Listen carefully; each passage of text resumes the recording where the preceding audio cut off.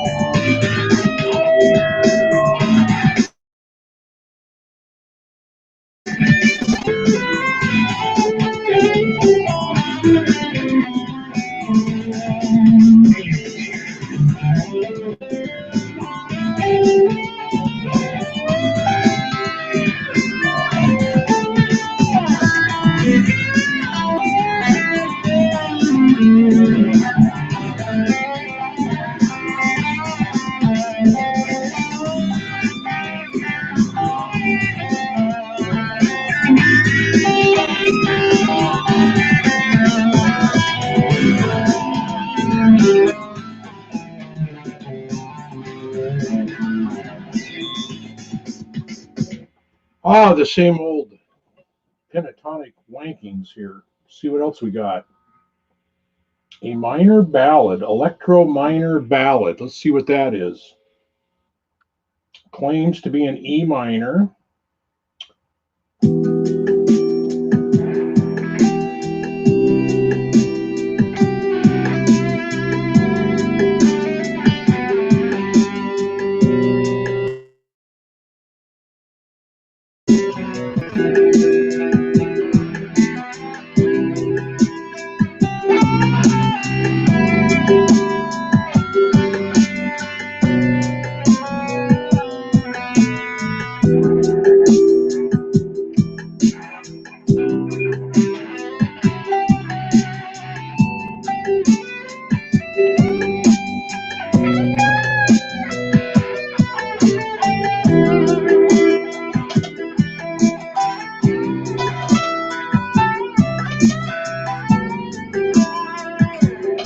Ah, Sonia, how are you? I'm playing with my E-band. How are you doing this evening? I still have a desire, instead of talking to the camera, to type a message to you. So.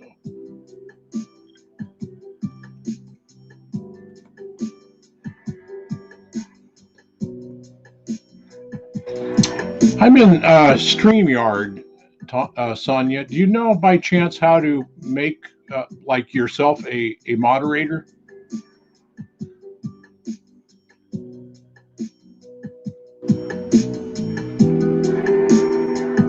Oh, thank you.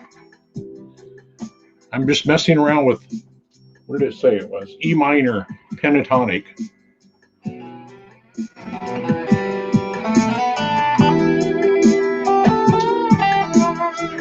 In this chat, you're already a moderator?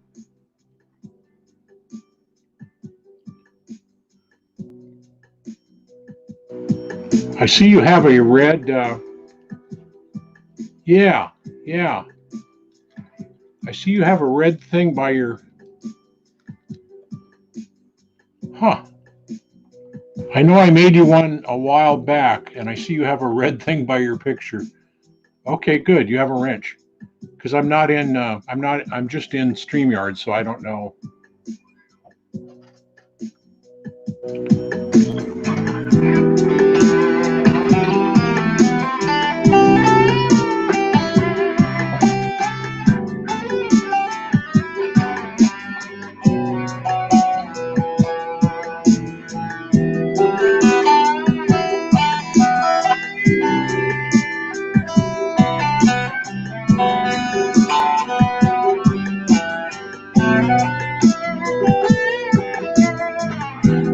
by chance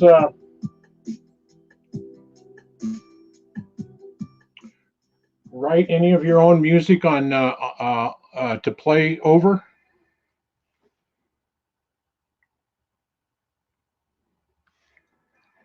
Like, do you make your own backing tracks or anything like that?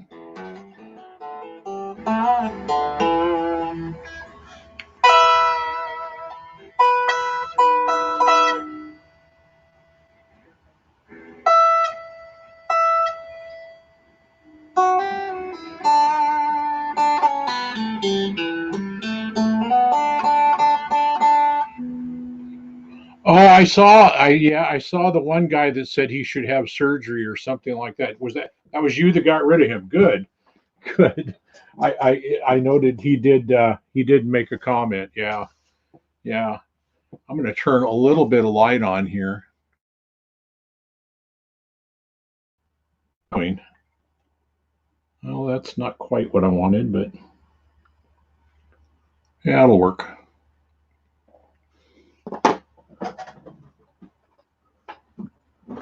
If you ever get to a point you want something other than just a straight amplifier, this is all digital. This is made by Boss. It's called an E-band, a JS10. I would not buy one. Oh, you have a Beat Buddy. Okay, very cool. And your violin, yeah. Oh, you have a keyboard too, that's right. Yeah, this is just loaded with little 15-second backing tracks, and it tells you what key it's in. Most of the time it's correct. So you can play over it, but once in a while it'll tell you it's in G and it's in D minor or something like that. And so it just has an SD card, and then if you make your own backing tracks on your computer, you can use a little thumb drive and put your tracks. Uh-oh, I think my thumb drive's. Hey, Metalhead, how are you doing? I thought I'd see if I could bring you back for another round here. Oh, you have the GT1. And I have the GT100, which I think are almost identical. Yours is kind of more of a desktop kind of thing. Anyway, to finish up, you can put all your music from your computer, your backing tracks, onto a thumb drive, and then just put the thumb drive in the back here. If you want to get really wild, it has RCA outs and a headphone out. And you can put it to I could play live. I did play live with this last Christmas. I did a little Christmas jazz thing. And anyway, I'm going to blast you here. It just has tons of, oh,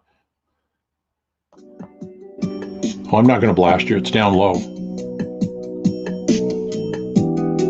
That's the backing track I was playing. Kind of a fusion jazz. But you can hear the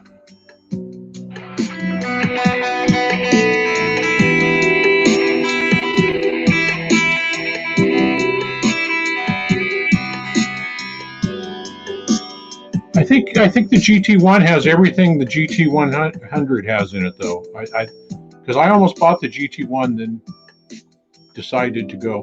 But anyway, so it has all sorts of. Let's stop that. It just has all sorts of backing tracks in it. And some of them, almost all of them are for guitar, but there's some that are, anyway, you just go through a whole list. I don't know if I can capture that list. It's like 200 different backing tracks. Plus, I think you can get more off the Boss website.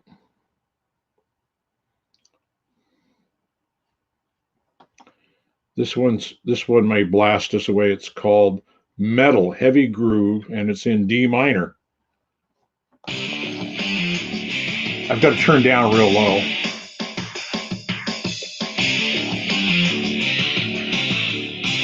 Let's see if they're telling the truth. Is it really D minor? I should be able to play one of those D minor pentatonic.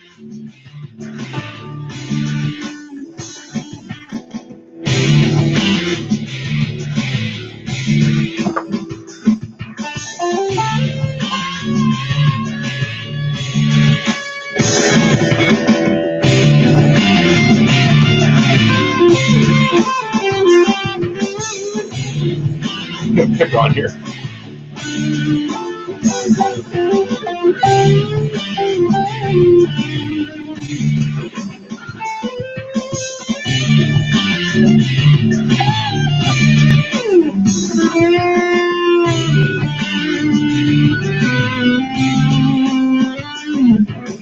Yeah, so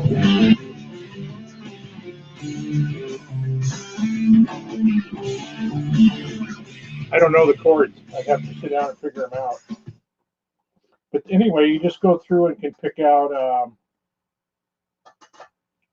how about 80s metal, and I push enter, and it tells me it claims it's in A.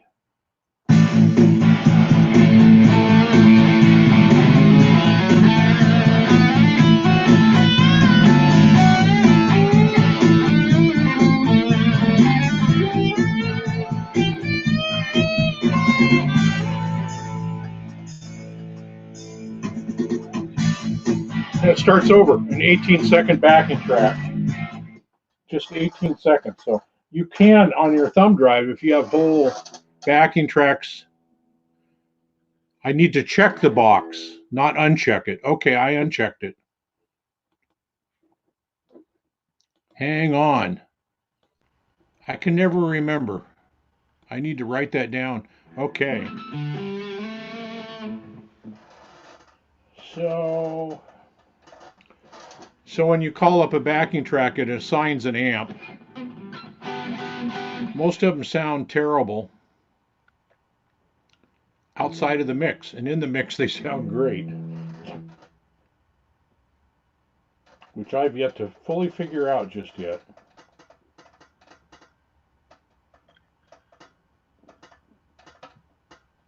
Something called organ metal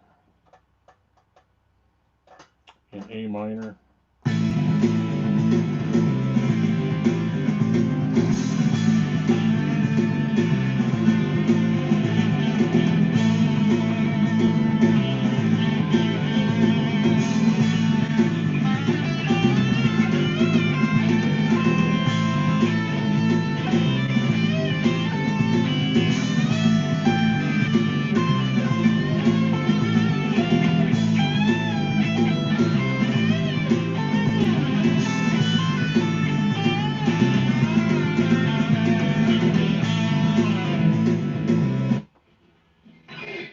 What does go even mean, hippie? I'm not sure what that. Go ahead and play and see how it sounds. Okay, go even. You think that's coming through? That's coming through better. Okay. Now listen to the guitar on its own. It just sounds terrible. I mean, it's a digital amp, obviously. Well, actually, that setting sounds better than it should. But so they have like 10 settings in there. Oh, at least 10 for metal, and then some that are metal with guitar but lacking the bass, in case you want to add the bass, practice bass with it. And then if you have some way of downloading off the internet or some way of making your own, you can make your own. And just don't crank it. Yeah, the other time I got it to sound real good. It was like I could just barely hear what was coming out, and I could actually hear my pick. These stupid things, the Hercos. I could actually hear my pick clacking against the strings. So these Hercos are a real pain. I've used them off and on for years in an emergency. I don't have my good one here.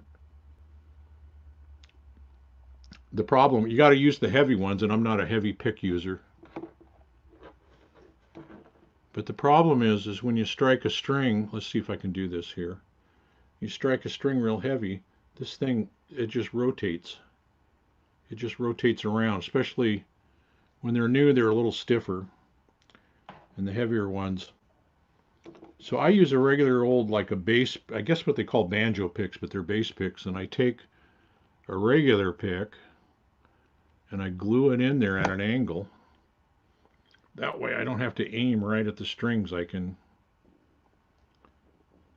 haven't glued that one, but I mean, that's the idea, is that I just, and with, I use almost, Almost exclusively 10 gauge.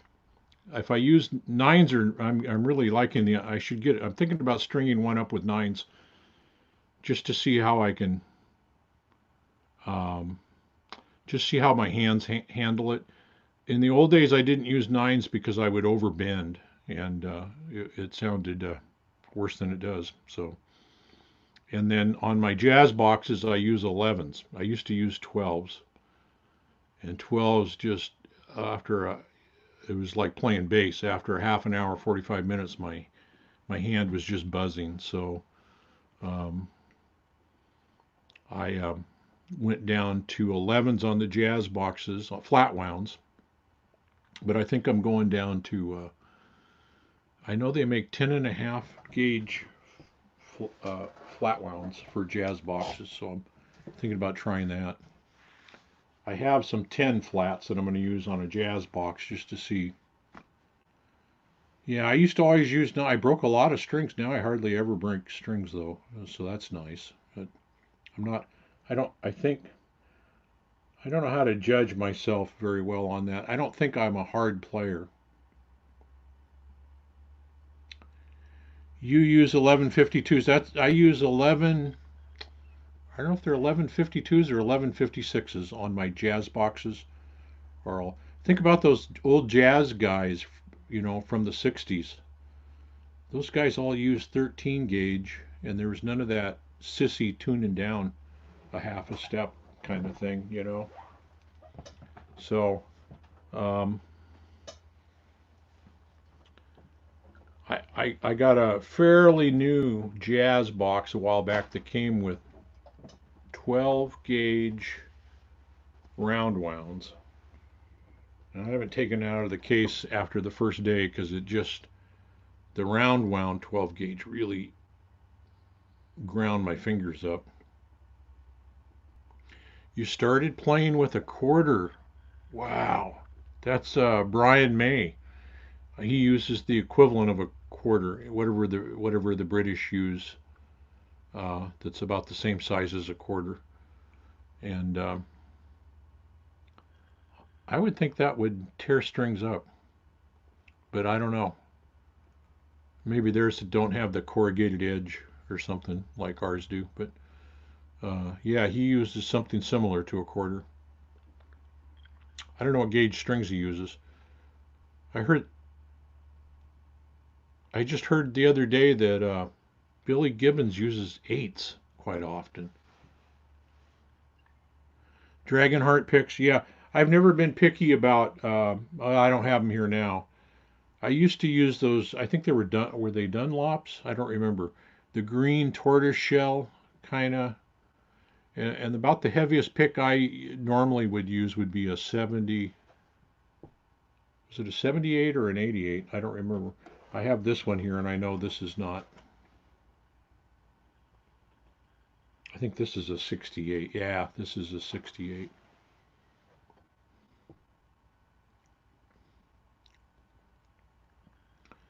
There's a jazz guy here I just love on YouTube. He's a teacher and he's a player down in Las Vegas named Robert Conte, and he's just like the sadly the most underrated jazz player ever. That doesn't get. He's got a good business. He has his own line of guitars and everything else. Yeah, yeah, I know you guys. Some of you guys use those and then somebody else was talking about they use a stone pick, and I thought, man, I'd just carve up strings or something. Yeah, I think I'm a light player. I heard Brian Setzer's tech talk, and he said, "Well, Brian's got such a light touch." And I've seen Brian Setzer twice live, and the guy just digs in. And I thought, man, if that's what they consider a light touch, I'm a real lightweight. So he seemed to really, really dig in. So, but maybe that's for show. It just looks that way or something. But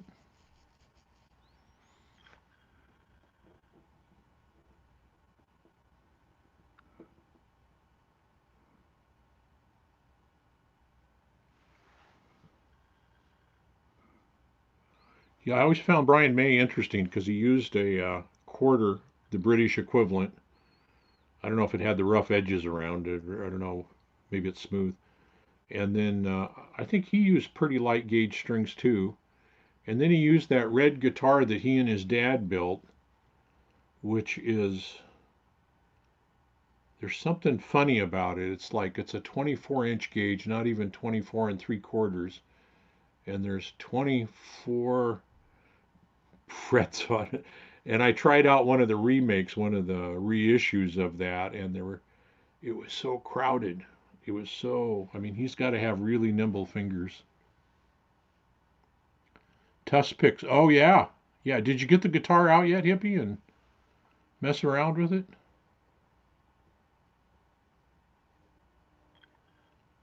Oh, Sonia, that was you saying that. You, Scar My Guitar sent you some tusk picks. Okay.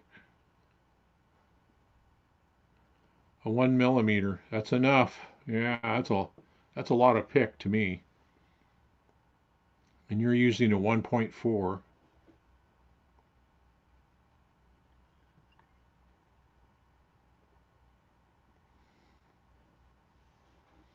I look forward to that because I've um, gosh, there's been so many streams I don't remember. I was on some stream last night, 24 hours ago, and might have been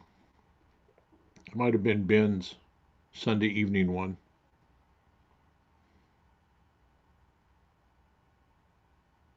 Oh, a T15. That's right.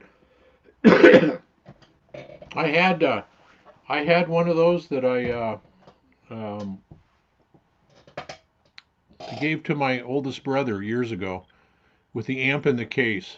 Yeah, I regretted it as soon as I gave it away. You know, I just, man, I wish I had, because it kind of sounded, that amp kind of sounded, I thought, weirdly cool. You could crank it up and it wasn't so loud it hurt your ears, but it still sounded pretty good.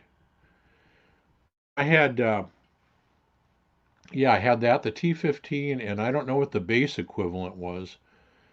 I had the bass equivalent of the T15, and that thing, it was a friend of mine's, and he sold it to me.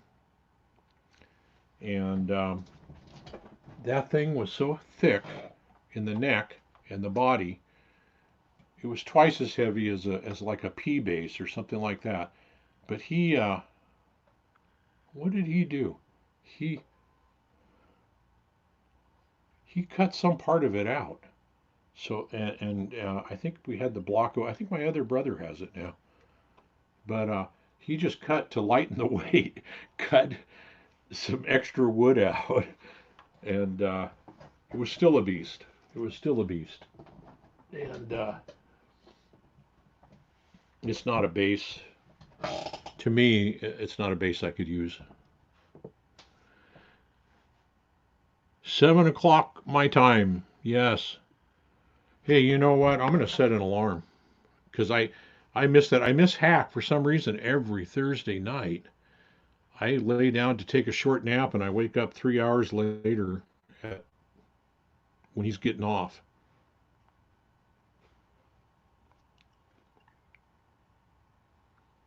Now let's see if I really know how to do this here. And you set a new alarm for tomorrow. It's still today. Okay. It hasn't gone for Tuesday, the 31st. No. That's what I hate about this. It changed it to April 7th. I want Tuesday, April 31st. Okay. At, I better set it for 6. A little early, 6. So I'm up and running.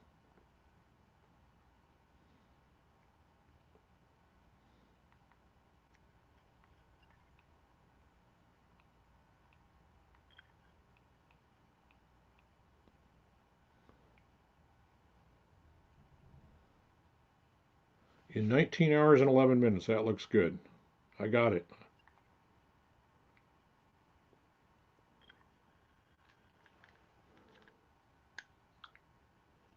Yeah, that's right. That's right. Yeah. Sonia, I just lost your comment here. Where is the PV pickups? Where's that?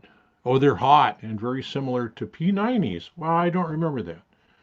I don't remember anything about the pickups, but I just remember I like the sound. And the neck's pretty thin on that, as I recall, right? It's not. My recollection, it had a very nice slim neck on the T15. Yeah, it's been a long. It's been well. He passed away 16 years ago. Yeah, and it was before that, so it's been 20 years since he had that.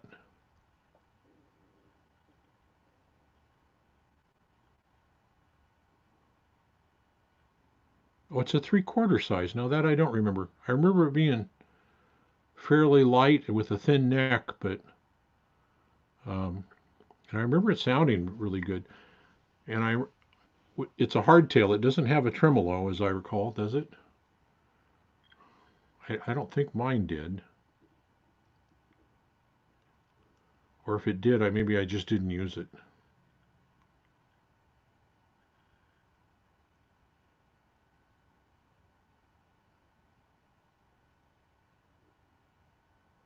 It's not light. Well, back in my younger years, 20 years ago, it probably felt light to me. Yeah, nowadays I'd pick it up and say, "Oh my gosh, this thing's a."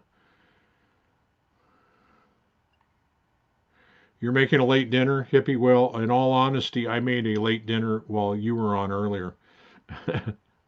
we had uh, uh, we had some leftover food and made some steamed vegetables and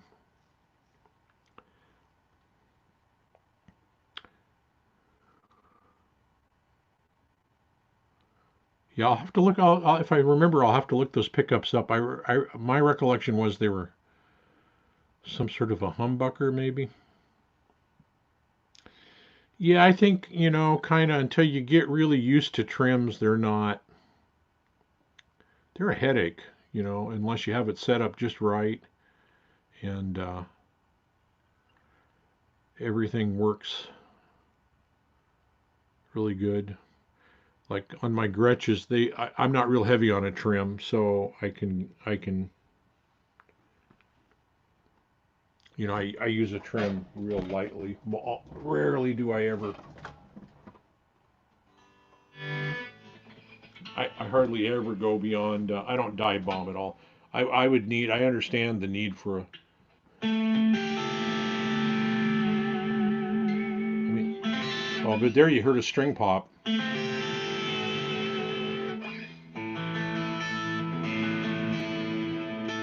And yep, it's just a tiny, tiny bit out of tune, even with that. This is a new guitar for me though, and it's still adjusting to the home. But it's such a good case, a good example of this guitar that I've had it a few weeks. I never adjust guitars when I get home. I let them sit, and this is a good example. I think the neck has changed just a little bit. Not a humbucker. Wow. Now you really have my interest. See if I can do this while I'm live.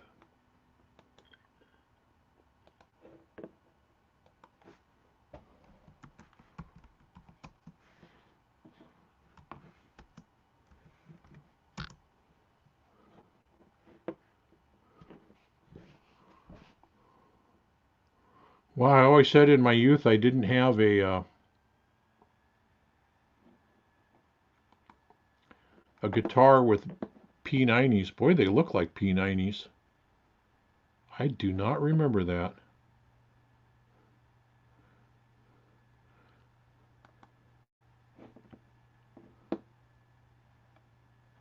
That is a heavy looking guitar too. I wonder if I thought it was a T15 I had the amp in the case. I wonder if there was another version that they made because that guitar doesn't look quite like I remember it. But, you know, it's been 20 years. Who knows? Yeah, it very much looks like a P90, Sonia. Wait, the one I'm looking at is where the looks like maybe it's a P90 with a like a rail. They're all that way. Boy, I do not remember that. How interesting. Yeah, I think you might be right. It might be a P90. I love the sound of P90s. Oh, they did make other versions. Okay, so maybe I did have something.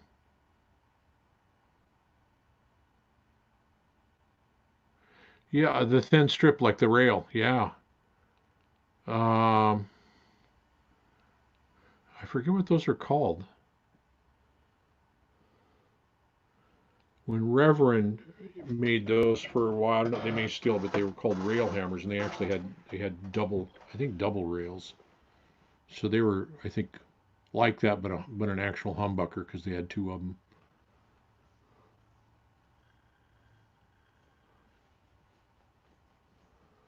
Yeah, those were. I just remember the guitar having a thin neck and being very fast to play. Um, I'd had many guitars by then, and um, I remember thinking it was the first guitar that gave me hope that maybe I could really have some speed. But nah. Yeah, I think I'll look that up tomorrow and try to figure out what I had on that because a friend of mine suggested I maybe go back and think about every guitar I've ever owned and try to make a like a portfolio. Maybe print out a picture and describe it and what my experience of it. And I thought, oh man, I think it might be kind of heartbreaking.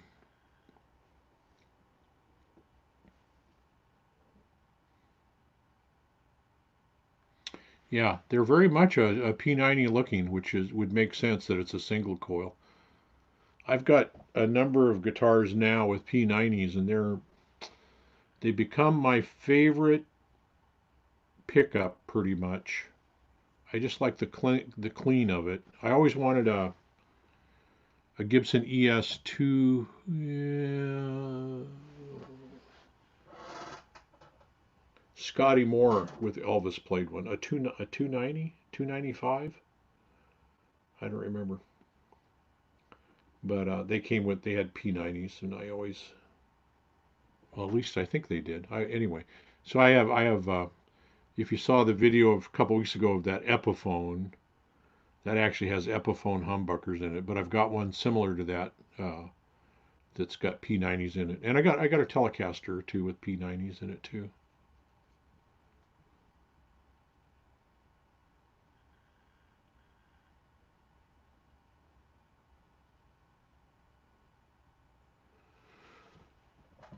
Chainsaw cases, the heavy plastic case. Is that what you're talking about? The um,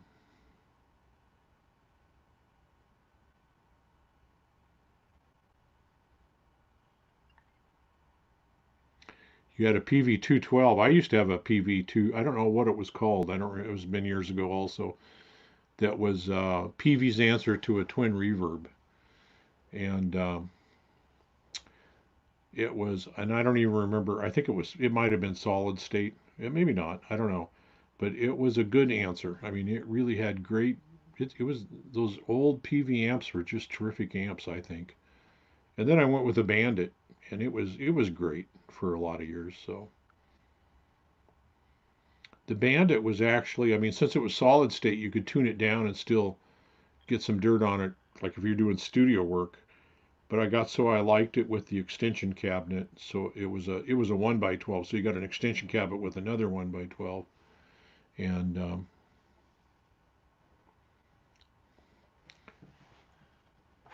I don't know if I've shown you this or not, Sonia.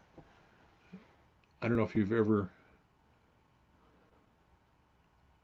seen anything like that. That is a 45-watt amplifier,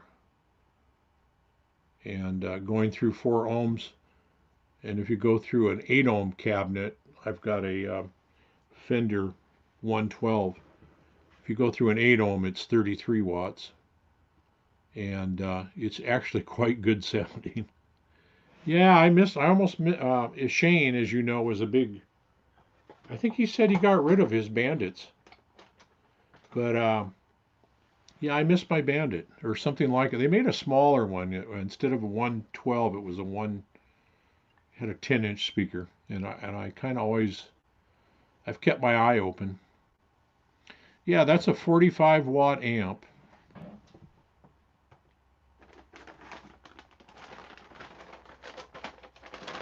I'll let you guys. This will be kind of a. I don't know if it's going to show up here very well or not. This is about 1962. See if I can. And oh gosh, I think you would see it on your far left. The person with the bass is my brother, my middle brother, and then next to him is the rhythm guitar player, and the guitar player with his arm out is my oldest brother with his 62 Strat that I bought off him, and the drummer Rick, and the sax player Joe, and a keyboard player way over here, Stan, playing a Wurlitzer. And that was live at the Salem Armory. And I just happened to run into this at a antique store in Salem and picked it up, and I meant to give it to my turns out I can scan it. I have a really great scanner, and I can scan that and make a copy for myself and give him that one. So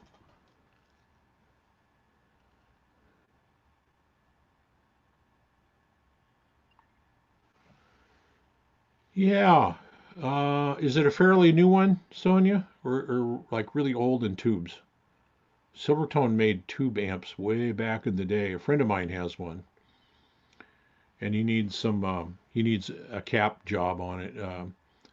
It's got some hissiness to it, but it actually, when we were kids, we all said, "Man, if the guy's got a Silvertone, forget it. We don't want him in our band unless he's got a decent amp." And now I listen to those and think, "Wow, those old Silvertone tube amps have some pretty interesting sound to them. Have some good tone." But we all started off that way with some little amp that was generally underpowered, and gosh, I would just love to have some of those old little tube amps that are. For a short while I had well, I don't have it here. Downstairs I have a Champ 20 solid state amp, brand new. Just got it a while back, just for messing around with. Little 20-watt amp. Well, I had that in the original Fender tube amp, and you talk about tone for blues. I mean, it had almost no clean headroom at all. It was just really, really overdriven.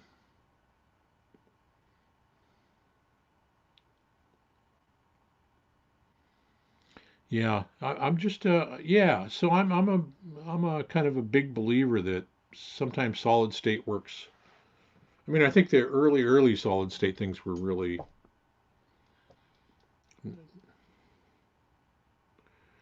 Oh, you do. I've come very. Oh, uh, those are powerful amps. Those are loud and powerful amps. And I've heard people swear about them and people swear at them. And I've tried them out, and I came very close to buying one, thinking that it would just do it for me live. It would have done everything because I'm not a must-have tube person. But although over the years I went that way, and do now I'm not. I would be fine again with solid state. I think you can make it work. And you got to remember that for all the stuff we talk about tone, it's only for us. The crowd the crowd couldn't tell if the guitar player was, and nor would they want to, if the guitar player was playing through a Dumble or through a PV Bandit, you know. And in the 80s, all the bar bands, everybody used PV Bandits, and they sounded great, you know. Terry, welcome. It's been a while. Terry was the very first person on one of my test streams. So that's good. Good to see you again. You're either, Terry, you're either up again really late or really early.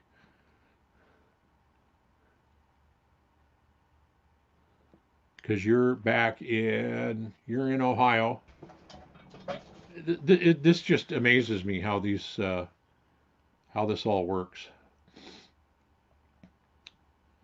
You're in Ohio, Hippie's in Alaska, Sonia's in Texas, and I'm in Oregon. And I was in a stream the other day with the host was from New Zealand, and his guest host was from the UK. I think right around the London area.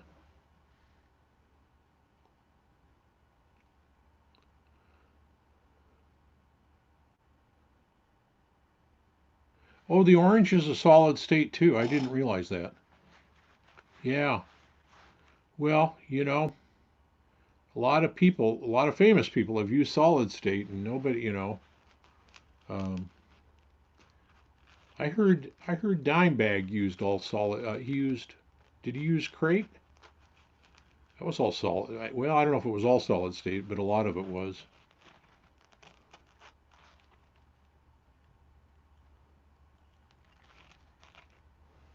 I've never messed around with anything in StreamYard, so I don't. This is all I know.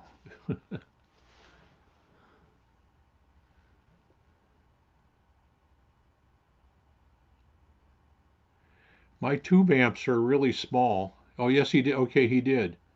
Yeah. I came real close a couple of times to buying a crate. One of those weird looking heads that was fairly small and like 300 watts or something. I'm glad I didn't, because that meant I would have had to buy a speaker setup to make that work. Yeah, I've gone backwards, Terry. I use I don't have it here, but in the other, well, around the house, I use these little Vox AC4s. I have the mini one and the 10-inch one. I would lift that up and show you, but I'm afraid I will end up, and it's an all tube amp. And I just discovered after I made my one a video a couple times back that it has a speaker out, so I'm not stuck with the 10-inch. I told everybody not to buy this because of the 10-inch speaker, to get the one with the 12-inch, and it actually has a speaker out. So I'm sure it sounds better. But with 4 watts, it does one thing, and that's pretty much overdrive. There's not a lot of clean headroom. And let me grab it. And I'm an old Vox guy. I love Vox stuff since I was a kid. So you can see it, how big that. And you've probably seen them. It's called TV Blue or something like that. The lights don't show the blueness of it, but it's kind of got a blue tinge. Tolex. And when you crank it, it sounds okay. You got to crank it though. When it's down low, it sounds. It may as well be the E band. I mean, it just doesn't have that good a tone. Yeah, and I got the little mini one, which is like a 6-inch speaker, and I used it to record with, because with the 4 watts and the tiny speaker, you can crank it because it wants to go into overdrive right away, and you can crank it. And I got Lando is one of those guys I got unsubscribed to, and finally figured it out, and I just resubscribed to him again here lately. Yeah, he's a big Vox guy.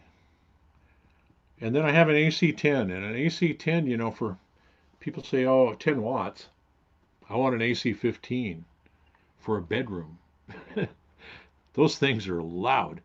And the AC-10's too loud for just, I guess if you live out in the country and you got a garage you can go out to, but even with 10 watts, it's loud enough. But anyway, I used the 4 watt to record with, cranked up, and then really messed around with the EQ and effects and stuff. And I felt it. I don't know if it sounded like an AC-30 or AC-15, but I mean, to to most untrained ears, they would listen and you could say that's a Vox AC-15 or 30, and they wouldn't know. You could really EQ it and make it sound pretty. It didn't sound like a mini amp with a six. I don't remember what those are, 6 or 8 inch speaker. Yeah, they're pretty good. I have a lot of their little solid state amps too. Um, I used a Vox DA4. I don't remember how many watts, but a tiny little, like a microcube, and it had a line out. And if you did the line out, it cut the speaker out. Some amps do that, some don't. And in that case, it was handy because I could then go direct and just use the amp direct into the computer, into my interface. And man, it sounded really good. I used that for years. You have a couple left over from the 70s, yeah. Right before you got here, I was telling Hippie and Sonia that back in the day I had a small Fender Champ amp. I just got one of those solid state Champ 20s. It was about that size or maybe even a hair smaller. And anyway, I had one of the original Champs, and I don't remember what the wattage was. I know it wanted to be cranked up right away and just had that tube overdrive. And I could actually play that. I could play that in my bedroom, and you know, unless my folks were in the den watching TV or something. But if there was nobody close by, I could crank it and should have kept that amp.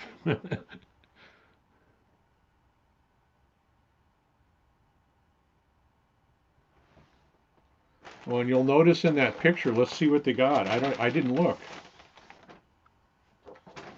Oh yeah. So they had just traded. They had just traded their first beginner guitars in for matching Fenders, but they hadn't traded the amps in. And those amps are Magnatone amps that actually sounded quite good. If you looked them up, I think the lead amps were called an M12, all tube M12, and the bass amp was called an M15. Pretty underpowered. I don't think they had any trouble with them, but um, years later, anybody who held on to them had them in the shop frequently. Anyway, they traded those in for the Gibson. I don't remember the models. They were like a piggyback amp where the amp head fit on the speaker, and those were considered, fairly powerful amps in their day. I don't. They'd be just way underpowered today.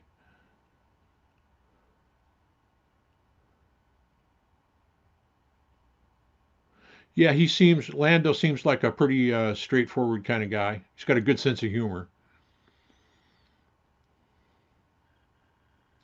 Yeah, so I have an AC-10 also, but I don't get to really use it because it's, to crank that up, I could, if I'm home alone.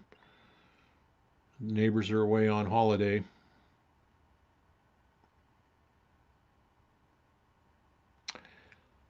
I bought the Katana 100 head quite a while ago. I'm terrible. I tend to buy things and then bring them home. And sometimes I just set them aside. Sometimes I plug them in, play with them for a day or two, and then set them aside. And that Katana I literally bought months and months and months ago and set it aside. And I finally just pulled it out. And I love it. I'm not a Van Halen guy, and I don't, the brown tone and the lead tones, I forget what the other one is, crunch. I don't like any of the settings except the clean tone. And when you take that clean tone and you add just a bit of gain to it, it sounds, it's got a tube amp quality to it on the clean channel. Yeah, I got the 100-watt head, and I put it through the Fender, those Fender cabinets that are made for the XD2 series. They made X2 series. I think they changed the name and changed the. I think now they've discontinued them. But those 112 cabinets are really excellent cabinets for home use, I think. I'd have no trouble using it live. And I think I got mine, I think they're 150, 200. I got mine, no, I think they're 200. I got mine used for like 100 and a quarter in almost brand new shape. So yeah, I did that with my orange hippie. I have one of those micro terrors. And I did that with, and I got it from Guitar Center, and they said, "You want the floor model?" And I said, "No. Don't you have one new in the box?" And they said, "Let me see what we can do." Well, they found one and brought it up and sold it to me. And did I check it? No, I didn't. Not for like 4 months, 5 months. And when I checked it, there was no power supply. And when I opened the box, I realized, no, this has been out of the box. This has got damage inside, and the paperwork's not there. Everything was, and so I didn't. I always I just put them on. Put everything Guitar Center on hold for about 6 months. They got nothing from me. So then I bought a third-party power supply, and everybody said, "Oh, that one's so much better than the one that comes with it. It's less noisy." And man, alive, is it noisy! It's just as soon as you turn it on, it makes hissy, noisy sound. I got one of those little orange 8-inch cabinet, I think. I don't remember. Tiny little cabinets to go with the micro terror, and it just even when you crank it up over the noise, it just sounds terrible, I think. So when I see people say, "Oh, it's a great little amp," I think, man, I'm missing something, or mine's a bad one, or I don't know. You would think Guitar Center would work really hard at not doing that. At least coming out and saying to me, "We don't really have one new in the box. We can order one, and then I can choose to walk or not." But hey, Terry, what's a quad reverb 4 times 12? Yeah, anything with a 412 is. Yeah, the twins had two. Those things are. That'll make your hair straight.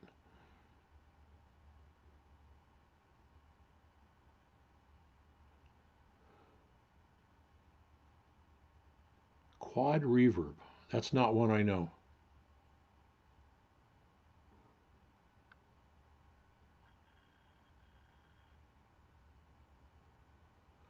Yeah, I went way beyond. I don't know what Guitar Center. I think there were 30 days. And that was a Fender amp?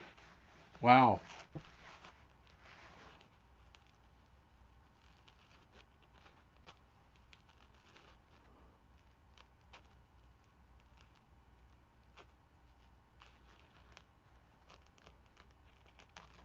My dream as a kid, as a bass player, as a kid, was to have one of those Ampeg. I think it's called a Portaflex or Porta something, where the whole amp flips over and turns down into the speaker cabinet. And then when I got older and wiser and found out they were like, I don't know what, a 15-watt amp, they were really made for nice, quiet jazz groups at nightclubs or dinner clubs or something. So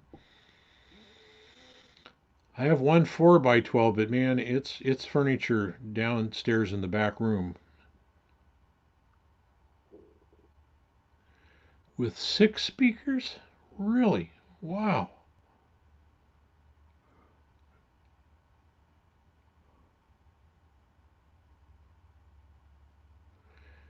One of my favorite guitar players of all time was a guy out of Texas named Bugs Henderson, and he had the Fender Vibra Lux maybe with three.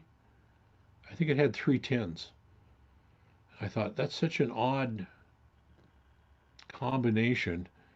And of course, the first time I heard him live, I thought, "Oh, okay, I get it now." It was not only was it loud, it just sounded great. So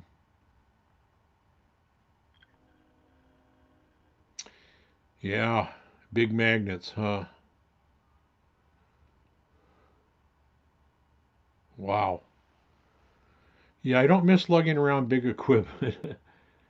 I don't play live at all anymore, but the setup I would use, I have a Champ XD, and those are like the most underrated amp of all time. And I like to take credit for coming up for design for uh, inventing the head, because it only came in a combo with a 110-inch speaker, which I bought. And then I saw on YouTube everybody was taking them apart and turning the amplifier part of the XD, getting rid of the speaker and turning the amp part of it into a head. And so I wrote Fender and said, "You should make this in a head. Have you seen what they're doing on YouTube?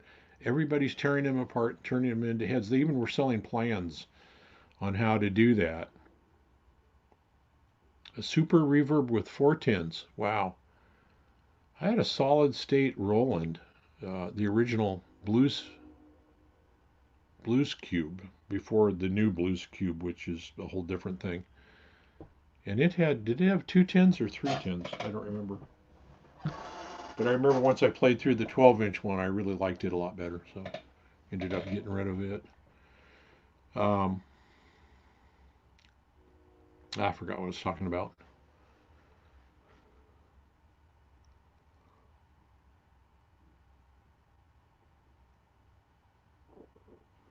Yeah, I'm funny. Oh, I was talking about my 15-watt Champ XD, all tube amp, tube power, tube preamp. It's got a digital setting on it so you can make it sound like those other. But if you put it through the second channel, it goes straight into the amps and none of the digital stuff at all. And yeah, so I wrote Fender and they said, "Oh, we have no plans. We're not gonna. Nope, no way are we gonna do that." And within 6 months, they came out with a head. They wrote me back. They were very polite. A guy named Dave wrote me right back. It's very nice, I thought. And they said, "No, we're not going to make that amp into a head. We're just not going there at all. Sorry." And then they did. So I bought a head. It's just a 15-watt all tube amp, and then I did some trading with a friend and came up with a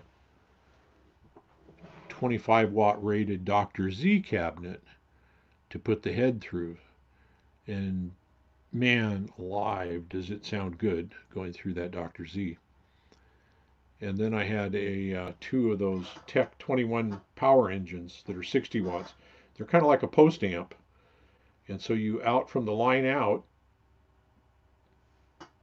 and it still goes to your speaker. You still hear your speaker. So now your amp and your speaker are kind of your monitor, and then you line out to the Tech 21 power engine, which is 60 watts, and you can dial that in, EQ and volume and all that.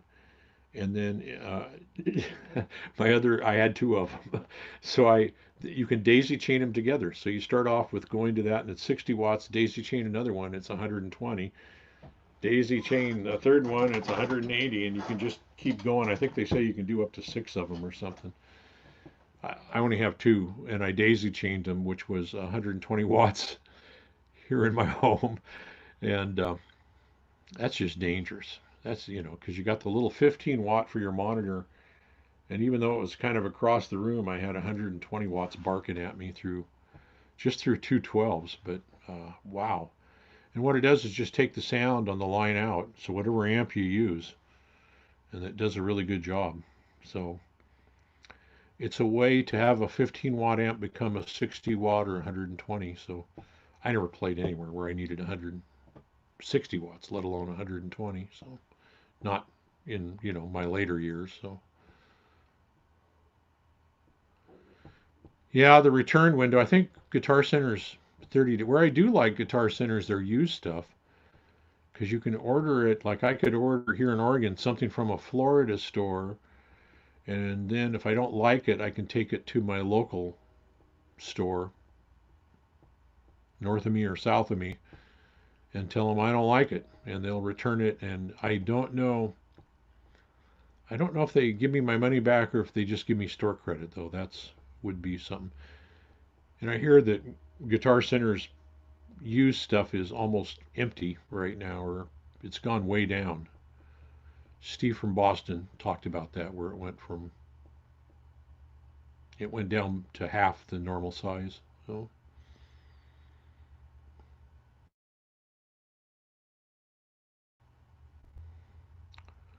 well, Hippie, I'm going to tune into you tomorrow night, 7 o'clock my time. Got my alarm set. I need to do that for Hack too. For some reason on Thursdays I miss his all the time. I want to. I want to be there. I always watch it on rerun because I always find it pretty interesting. Yeah, 410s, but that cab was heavy too, right? I bet. Even with 410 with 10 inch. I have one 4x12, a Marshall downstairs, and the only thing I have to go through it. Well, I got a couple things. I got like a Vox Night Train. I have a Marshall Class 5, a 5 watt amp, which oddly enough sounds really. I would have no trouble using that to record with through that 4x12. It sounds very Marshally. It doesn't do anything but the overdrive. There's no. You could, if you wanted the clean Marshall sound, you would have to. Yes, it should, Sonia. Good thinking. Good thinking. I hadn't even thought of that. I hadn't put those two together yet. What was I thinking? Yeah. And it would look pretty good on it, actually. I may have to do that. I'll probably scare myself, but. And I don't remember even what the Marshall cabs are rated at. I'm pretty sure it says on the back. Some of those are rated at 4 ohms too, though, so I don't know. Well, maybe that's the Vox speaker. Everything Vox out is always 4 ohms.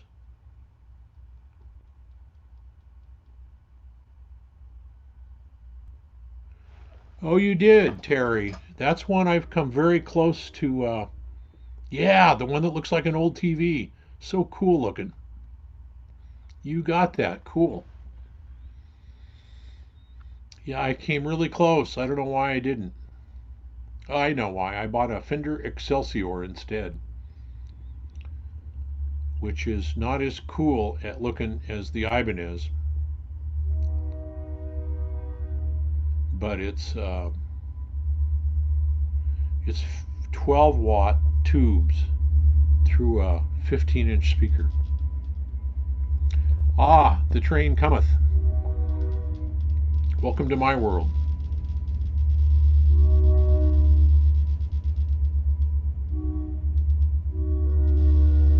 Yeah, that's what I was going to do. I never had a hands-on experience. I was just going to buy it because it looks so darn cool.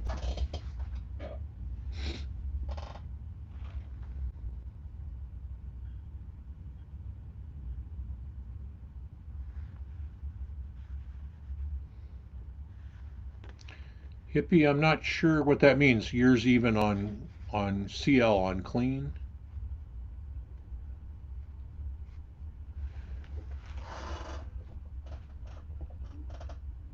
Yeah, I got to try that. Now I want to try the Katana because the only thing when it sounds great going through the 1x12 Fender. That 1x12 Fender cab's rated at 65 watts. And so I set it on the 50-watt setting for the Katana, and it sounds great. It sounded impressive. What's the low rating on the Katana? 1/5 of a watt, something like that. And I was just blown away by number one, how loud that was, and number two, how good it sounded.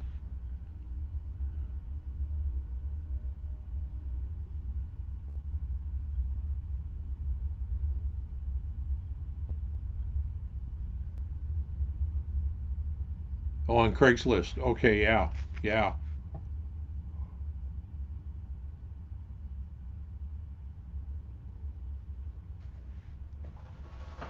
I would think somebody. I don't know that it's going to be greatly like valuable, but it's kind of what do you call that? A cultural catchy thing for our times. And 20 years down the road, some kid is going to look at that amp and say, "Oh man, they only want 800 for it." and uh, I mean, I think it would be a cool catch way down the road. I would be. I think it's kind of a cool catch, brand new. I think Fender made something weird like that too. I don't remember. Fender, yeah, I know Epiphone. I wish Gibson and well, they'd probably screw it up, but um, back in the old days when I was a kid, there were a lot of Gibson amps and a lot of Epiphone amps around, and there's a pawn shop down south of me, or not a pawn shop, but an antique store, one of those antique mall stores, and the guy's got one of the smaller, not the big Epiphone amps from the '60s, the gray ones, but a smaller single unit, not a head and speaker cabinet. It's all in one unit, and he had 700 and some dollars on it, and now he's lowered it to 400, like 750 down to 450, and it's still a pretty good size amp. It's still got to lug it around, or unless you just have some place to set it and leave it. And the only way to test those out is turn them on, plug them in, walk away for half an hour, and come back and see if it's screaming noise at you until it warms up. So yeah, it's kind of a you said earlier, right? An aqua green and is it aqua green and white? Aqua and white, yeah, yeah, yeah, with the little TV stand legs. I thought those were cool.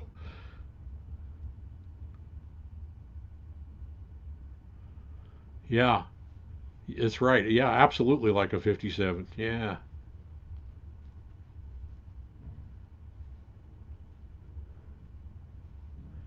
So how loud was the train coming through? Could you hear? I'm sure you could hear it probably. I think I did a test stream a while back, and right when the train, and I could hear it.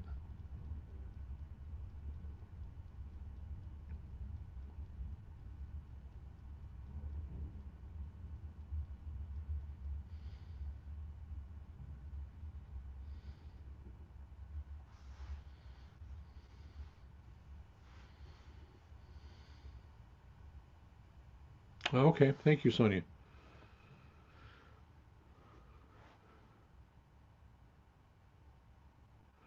That's right. We were talking about that last time, Sonia. I don't really restore them. I kind of collect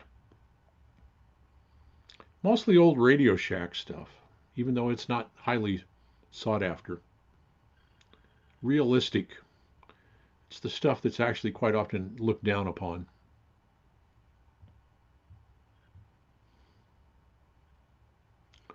Yeah, but I have their cassette recorders, and I even picked up an 8-track tape recorder from at a garage sale for like $1 with a bunch of 8-track tapes, and it works. So I have a bunch of that stuff. I got to sort through it at some point though. So all of my stereo gear is, and that's all fairly low wattage through. I don't use their speakers. I'm sure they must have some good speakers, but I've not. I just found some beat up used Bose speakers that I picked up on the cheap. They sound really good. One set I got downstairs I picked up for $3 at a garage sale. So I'm not complaining. It's all raggy. I had to kind of tape it up and use a fair amount of Elmer's glue too, so wood glue. The Realistic Nova series speakers. Okay. I Part of that was I've never looked into it because I've never run into them. All the Realistic speakers I've run into were small particle board cabinets about this big. The things you run into at Goodwill and stuff like that. So the Nova series. Okay. I will make a note of that. Well, folks, we're going on over an hour now, and I was going to try and keep it down to about an hour. It'll be interesting to see if I get another. Every live stream I do, I get for playing the E band. Oh, you have all that stuff? Yeah, I would love to get a good quality reel to reel. Find one somewhere, even if I could just borrow one and use it for. I got a couple tapes I want to listen to. But.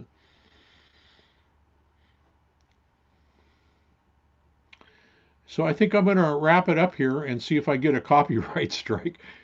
The only copyright strikes, I used one backing track on one of my videos and I didn't get a copy strike. I used that same backing track and played over it on a live stream, and the only copyright strikes I've gotten are on live streams, nothing on my videos. So, and it's people stealing these backing tracks from Boss.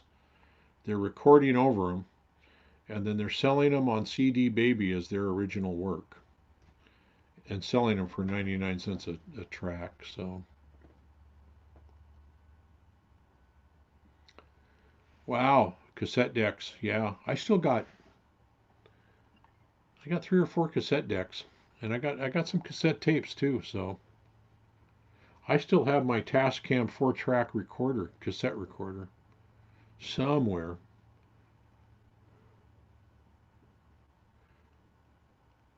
We'll see you tomorrow night, Hippie and Terry. Don't come by anytime. I'm probably not going to do that many live streams, but feel free to come by anytime. And if you get videos up, I got all of you checked off with the alarms and everything. So if you put a video out, I will know it.